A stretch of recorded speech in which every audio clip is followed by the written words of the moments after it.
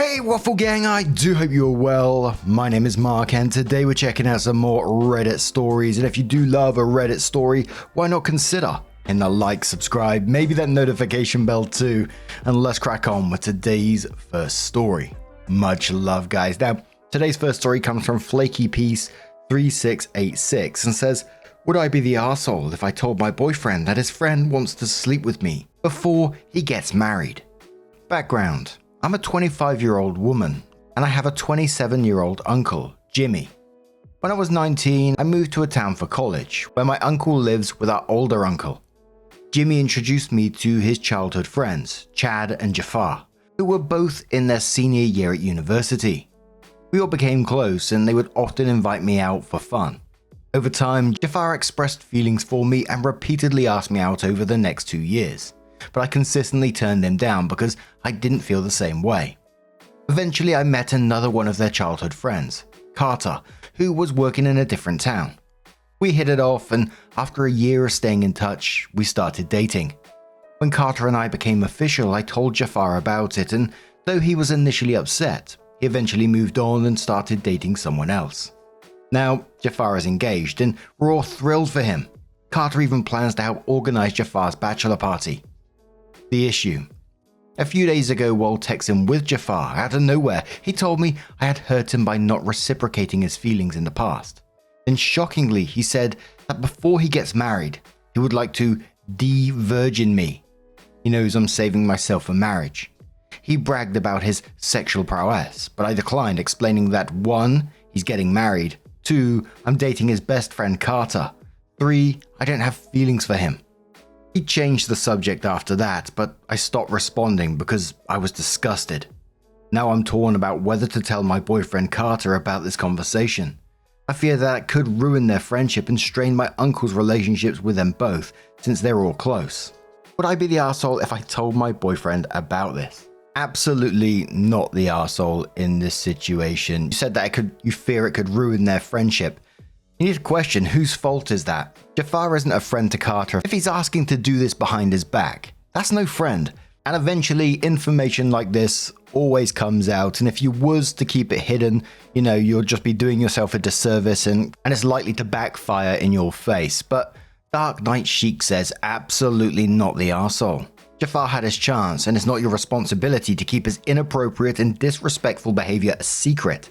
Plus, if he's willing to do this to his own friend, who knows what else he's capable of? Your honesty could potentially save someone else from being hurt. Opie responded saying Carter has been talking about his plans for Jafar's bachelor party, another reason I find it disgusting. The Furtive Fireball says, you're the arsehole for keeping all of this hidden at all. You should have told your boyfriend immediately. Every day you keep it hidden is a betrayal. Opie says I'm scared it might ruin their friendship and my uncle's friendship with him as well. Opie added in the comments, I will tell both my boyfriend and uncle about it and show them the text. Carter gets off work at 6 PM. That's the only time I can have this conversation with him. And also, a little bit of an update after reading all the comments. I texted my uncle and told him about it as I was waiting for Carter to get off work. And he says he had talked to Jafar and that he can't believe he would do such a thing. I'm a Chillin says, you need to tell him, babe. Your boyfriend deserves to know that Jafar is not a friend, and his fiancé needs to know what a disgusting pig he is before she marries him. Not the arsehole, and please update us. Tell him, babe. Opie says, I will talk to Carter after he gets off work and update you then, but I've told my uncle about it, and he just told me he'll confront Jafar about it. Only Maine says, not the arsehole. Show both your uncle and your boyfriend. They both need to know. If I were your uncle, I'd not want to be friends with someone who talks to my relative like that. ETA or speak and behave to anyone like that, to be honest. Both of them should want to cut contact, and they should be working out how to tell the fiancé too. She deserves better. Opie says I haven't officially met his fiancé, but the guys have, so they'll be in a better position to tell her about it. So Opie did update the post, and they said, I told Carter about what happened and showed him the text. He was furious and couldn't believe that his best friend would do such a thing. But he was glad that I told him. Carter confronted Jafar, who initially denied everything until he was shown the screenshots. It turns out Jafar had deleted the messages from his phone. My uncle sent the screenshots to Jafar's fiancée, and she has decided to cancel the engagement and wedding. When she confronted Jafar, he tried to deny it again. However, she told my uncle that she discovered he'd been cheating on her after going through his phone. Apparently, Jafar wanted to have fun one last time before being tied down. As of now, we're all going no contact with Jafar. Thank you everyone for your advice. It's the whole thought process in this from Jafar. Like, he's going to ask her to... Oh, I'm not even going to repeat what he said because that is just like wanting to make me chuck up just thinking about it. The way he worded it and bragging about his sexual prowess. Oh, dear me. But to message OP, like knowing that there was nothing there before, she turned you down before, she's never had feelings for you, and think this is all just going to stay hidden away, and even though you're just about to get married, it's just like such a gamble on his part. It's so weird. Obviously, I'm glad the information got out to protect his ex-fiancée, so she can get out of that situation as well. Holy moly.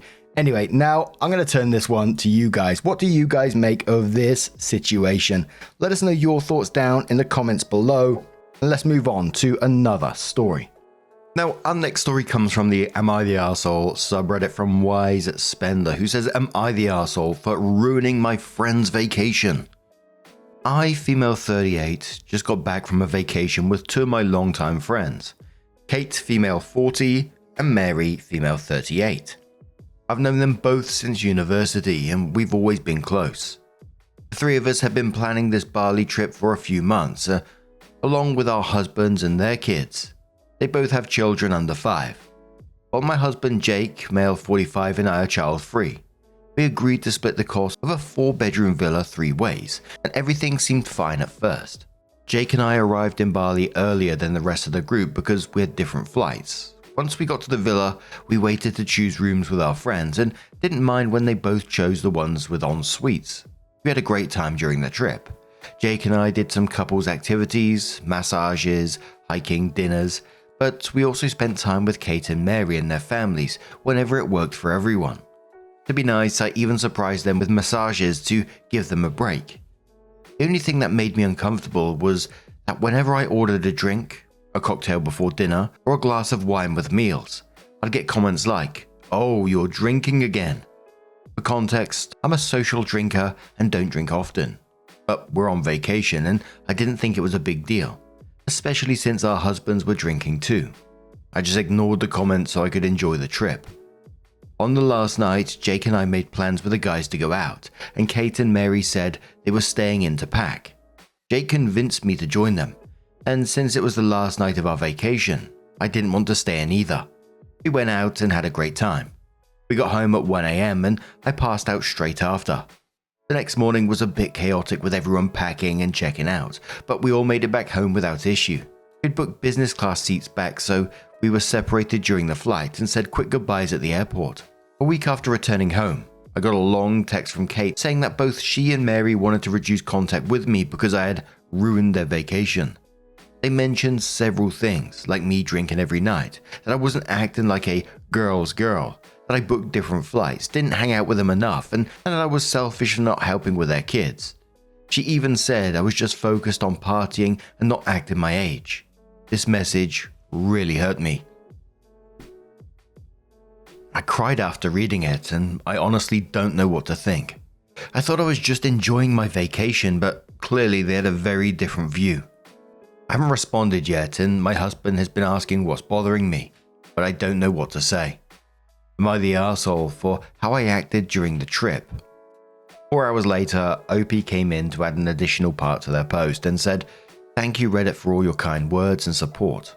Reading through the responses and seeing how many of you are upset on my behalf has made me reflect on how I initially planned to handle things.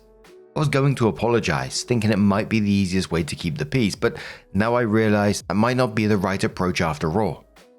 I've also showed my husband, Jake, this post in a text message, and he told me to thank you for looking out for me. He's actually pretty angry on my behalf about the text message, and I showed him some of the comments that gave me insight on how my friends may have been feeling, which has given us both a lot to think about. He asked me what I wanted to do next and if I wanted him to respond to my friends for me. While I appreciated the offer, I told him I'm still thinking it over. He reassured me that he's here for me no matter what, and if I decide I want him to step in, he'd be ready to say something on my behalf. But now I'm going to sleep on it and take some time before I respond or don't respond to the text message. If I do, I'll post an update. Again, thank you for all helping me see things a bit more clearly. I feel less alone in this now. To me, it just feels like it's going to be one of those situations where they're just jealous that, you're child free, you're able to go and do your own thing, enjoy yourselves in whatever way you want without having the responsibility of children, which absolutely is not your problem and it's their problem.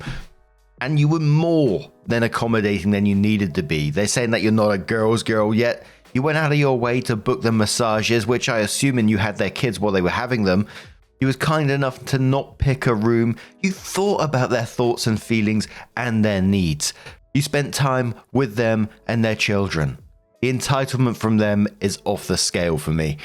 If they really wanted some time alone to go out for a walk solo or something, they could have approached you, they could have talked to you. They said, oh, would you be able to watch our kids for an hour? Not that OP should, but there was the opportunity to do that rather than waiting to get home and then send a massive text message about how OP's ruined the vacation. Absolutely not the arsehole from me. A commenter says to OP, not the arsehole, they are 100% jealous. There's a stage in life where child-free people do better hanging out with other child-free people. People with kids can't see past their family lives and don't understand why you might want to live your life. I've been that soldier. Whatever about meeting for coffee, lunch and dinner. Traveling with them is an absolute no. Opie says, I think you're right. I shouldn't have gone on the trip, and personally I don't remember them being so judgmental. Thank you. Someone says to tell your husband. Opie says, I was going to, but was worried that he might want to talk to their husbands. I'm very non-confrontational and was thinking about just apologizing. Thank you. I will tell him. Someone says to OP, get a grip of yourself. Apologize for what? Opie says, lol, given the responses, I don't think I will be apologizing. I've realized that they actually owe me an apology. A commenter, which was downvoted, says, it does seem a bit weird to me that these are your friends of 15-ish years, and yet you chose to spend time with them only when it was a group activity. It would make more sense to me that you would want to spend time with them, go out the three of you and leave the men behind, or you stay behind when the men went out. You surprised them with massages. Did you arrange it for the three of you, or did you just send them off with their husbands? Did you babysit? You booked separate flights. OP said, we did group activities or I went out with my husband. The massages were for the three of us. No, I did not babysit. As you said, these are my girlfriends for about 15 plus years. I should have offered to babysit without having to be asked. Thanks for a different point of view. A commenter says to OP, info. Are they breastfeeding and can't drink? Did they expect you to only hang out with them the whole time? OP says no, they aren't breastfeeding. They just aren't drinkers. To be fair, I'm not a huge drinker myself. I think they were just looking for us to have more time together. Someone says info. What were their husbands doing to help with the kids? You said the husbands were drinking and you would have a drink too. Were the husbands doing 50% of the childcare? OP says no, my friends were doing the childcare primarily, from what I observed. Someone questions on how much OP drinks, and they says, I passed out in my bed after a night out in heels. We were out at the bar until 1 AM and I was exhausted. Only drink as much as I can handle. 4 to 5 cocktails is my max. As a woman in her late 30s, I have bad hangovers, so I don't drink within reason. My husband, on the other hand, drinks a lot more than I can handle. So, a couple of days later, OP comes in with their update. And they say, piggybacking off the top comment because there's an issue with posting an update, but here's what happened. I spoke with Mary on text. She said she agreed on most part that they both have a problem with me for ages because I invited them to or only organized adult-only events and nothing family-friendly, which isn't true. I was the one who organized her baby shower. I added both of my ex's friends to a group chat to discuss my feelings. Throughout the interaction, no apology for their passive-aggressive comments or even acknowledgement that I tried to be accommodating. I gave them better rooms, organized massages, kept our shared space organized, made all the dinner reservations, helped prep snacks, got gifts for them and the kids. Mary just said that she's sorry it's come to this, and Kate just ignored me. I was so disappointed in these women who I thought were my friends. I blocked them and unfollowed them on social media. I'm going to share this Reddit post with our mutual friends who want the tea. Oh, Jake about it. He just said good riddance. I'm going to Japan next March and Fiji in December for a wedding. I'll be posting on social media with a caption, "Finally, a real vacation." Ooh, spicy. Thank you to the person who suggested it. And a commenter said to OP on this one, "Out of curiosity, what did your mutual friends think about this? P.S. You are not the arsehole." OP says, "I spoke to a few others and they kind of mentioned that they knew, and they also got some comments on other stuff in the past, so they were including these two for my sake. I think I'll be fine on the friendship front." The way Jake acted about this, OP's partner, I suspect he's seen this coming for a little while. That he just turned around and said, "Good riddance." It just felt like that way to me. Maybe he didn't, but, in my mind he did. I find it so sad that, you act like that to a friend who's child-free just because they're out living their life being child-free. You can be a little bit envious, sure, that they're going out and having a good time, but to take it out on them is just bizarre. And it just felt like this has been coming for a while. But now, what do you guys make of this situation? Let us know your thoughts down in the comments below. And let's move on to another story. Now, our next story is from our very own subreddit, r/Mark Narrations. Feel free to get involved if you have your own story, of course. And this one does come with an update too. A little bit of workplace drama from Toilet Confession. I'm going to shout a warning without even reading the story because it's called Toilet Confession that, if you're eating or whatever, you might want to skip this story, or if you're not into toilet-based stories. I'm a child at heart, so I love it. Anyway, am I the asshole for blocking a colleague from using our department's toilet? My current workplace drama. New account, so not associated with my main. On mobile, so apologies for formatting. I work in a hospital in an administrative corridor. It's in the middle of nowhere in the hospital, as in not a lot of foot traffic from staff or patients. As a result, there is a single toilet on our corridor to cover our 5 offices. The door to the toilet is opposite my office door. We all go on break and lunch together 90% of the time, leaving the corridor empty for 30 to 50 minutes. We started noticing every now and then that someone was using the toilet while we were out. In itself, not a problem, but the smell and occasional mess, wasn't fully flushed or blocked, was awful. There's no windows and no way to dissipate the smell, and air freshener was irritating. Over the last few months, it's been happening more and more regularly. It can be 3 times a week or twice in one day sometimes. We have no idea who is doing it, and there's no pattern to it. Also, no one really wants to confront the culprit if we did see them, so we're just living with it as gross as it is. 2 weeks ago, all but one of us went on a break and a patient wandered into the corridor, was acting strangely and blocked a colleague in her office. She was pretty shaken up, but thankfully we do have panic buttons in our office. Afterwards, I submitted a request for a lock on the corridor. It's one of those key code ones and a bell. It's mildly annoying, but we get very little traffic outside mail and a few doctors, so it's not like we constantly have to let people in. It got installed on Wednesday last week, and Friday I got an email from one of the medical secretaries, who works on a different floor, asking for the code to our corridor. I responded, why would she need it? Immediately my phone rings. She explains she has bowel issues and that she takes laxatives for, and the toilet on our corridor is one of the only single cubicle toilets in the hospital, and it has the most privacy, so she'll be stuck without it. Where I might be the arsehole. I told her I was sorry, but I didn't think we'd be giving the code to any non-necessary staff, and hung up. The office is a bit mixed. Most are glad we don't have to deal with the stink she leaves behind, but one girl thinks we are being needlessly cruel, and it's not the reason we have the lock, so we shouldn't gatekeep a toilet, and one is flip-flopping. I do feel bad for her, but she's making our work environment seriously unpleasant on a regular basis. So, am I the arsehole? Edits to add. It is hospital policy that areas where patient data are held are necessary staff access only. So I do not have access to any of the wards, but I can access day surgery because it's relevant to my job. Her job in no way gives her any reason to be on our corridor, so from a data security point of view, it doesn't matter that we are both employees. Edit 2. Had an email from HR yesterday and a brief call with them today. They've had a report of bullying. They were vague on details, but after the call she was so upset she had to go home early. It sounds like her manager has pushed for the complaint to be made. I didn't bring up the toilet or ask him for the code with HR on the call.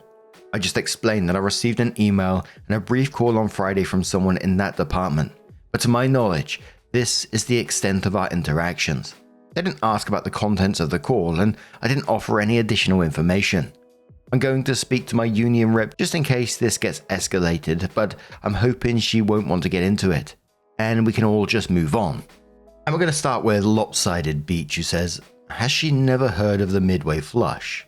Don't wait till the end to send it down. Give the plumbing a hand. There are other restrooms in the hospital. She may be in a multi-stalled restroom instead, but that is hardly the end of the universe. Sitting across from an overflowed blocked toilet multiple times a week from someone who doesn't even work on your floor. Not the arsehole. She may have a health issue. She works at a hospital and should be able to get some quality help. The classic courtesy flush. Curacy platform says not the arsehole. You also kept professional with HR from the sounds of it. Opie says I kept it intentionally vague with HR because I want the ball to be in her court. I'm not going to disclose potentially embarrassing information, and I'm hoping she chooses not to escalate things, but my work have had a history of rug-sweeping bullying, so with that accusation it might not be possible. Curious replies that and said I would strongly suggest not discussing this with anyone. Your call whether you discuss with your suite mates. The good thing is, it sounds like the lock installation had nothing to do with the complaining party. OP says it actually didn't occur to me when we got the lock, as we didn't know who was doing it. It could have been a porter or mailman or someone who would still have access to fringe benefit. We are way out of the way. We can't even be accessed from our floor. So I'm surprised she even found our corridor and toilet, as it's not somewhere you are likely to stumble upon. Your Lily Lane says it's tough when workplace amenities become a battleground. Privacy is important, but so is consideration for others. You're not wrong to prioritize your work environment. So OP came in with her update and said, so a few things have happened, so I thought an update. An HR meeting scheduled Wednesday last week, but they cancelled the day before saying the issue had been resolved. I still wanted a meeting, but things were manic, so we rescheduled for Tuesday this week. I was working from home the next 2 days, Thursday and Friday last week, due to my youngest being ill. I got a text Friday mid-morning from the office saying they thought someone had been in and used the toilet while they were on break. On Monday, one of the girls had a meeting with their kid's school and decided to work through a break and leave early. About 5 minutes after everyone left, she heard the door open and saw someone she didn't know. As per policy, she challenged her, as in asked her who she was, to see her ID and why she was here. And she told us she was medical secretary, MS from here on, and she had permission to use the bathroom on our corridor. When I came back from break, I emailed HR along the lines. Regarding the situation with MS, I have been made aware that she has been granted access to our department in order to use the restroom. I would have appreciated being made aware of this decision, as we leave our personal belongings in the office, as we understood it was a secure area with access only for those who need to be there. I would also like to know why I wasn't consulted on this decision as manager of the department, as I previously had to sign off on security access for other staff members with access. I'd be grateful if you could please add these to the discussion points for tomorrow's meeting. Well, to say shit hit the fan, well, hey, after sending the email would be an understatement. I was immediately called and asked what this was about. Why would MS need to use our bathroom? At this point, I forwarded my previous email correspondence along with a summary of our phone conversation. HR said they would get back to me. Turns out her friend's husbands work in the hospital and both told about our toilet and subsequently gave her the code after I declined to give it to her. They didn't say who he is, but implied they were taking this issue seriously. But that solves the mystery of how she found out in the first place. She no longer has access to our bathroom. The code has been reset and we received a site-wide email reminding everyone of the importance of security. Not giving out access codes and confronting people who you believe are in an inappropriate location / not going to areas you have no business in. The gossip mill is in full force around the hospital, but I'm trying to keep out of it as much as possible. I'm just glad we didn't have to deal with it anymore. Hopefully that's the end of it. It's practically impossible to fire people in the NHS, so I doubt there will be serious consequences. And I'm just going to read this comment on the back of this one from Late Champion, who sums it up, who says, OP is being so professional and keeping things vague, but this woman is determined to make her business everyone's business. Is she that determined to be outed as the phantom shitter? I would be mortified. I have unpredictable bowel issues and would always choose the stall furthest from any humans. I don't want to smell my shit, why would anyone else? It's a hospital. she could locate other toilets, and she can't be that embarrassed about her stinky shits when it's become clear it's blocking your toilet. She'd be fine in a multi-stall bathroom closer to her. It's not like she's a considerate shitter. And OP summed it up pretty much there for me, and like the only way I can get it, because I was on a bit of a roller coaster myself with different feelings on this one. Like initially, I feel sorry for anyone who's got bowel issues. Got bowel issues myself, had cameras and to find out what the hell's going on. Still haven't worked it out yet, but it is embarrassing. And like that comment said, I would choose a toilet furthest from anyone else because, like they said, I don't want people to hear or smell that stuff. But then again, I lost a bit of empathy when she's leaving it like a mess. That's just absolutely disgusting and it's rude. And OP understood Late Champion's comment. They said, me too. We always assumed it's a combination of we're all out and it's a single stall, so it's very private. Which I get. I'm definitely not comfortable doing a war crime with people sat in the stalls next to me. But at the same time, I wouldn't be going to use someone's toilet where it's going to smell out the whole place and ruin someone else's day in the office, I'm glad that OP just handled it like in a professional way that they did. I think it was the best course of action in this situation.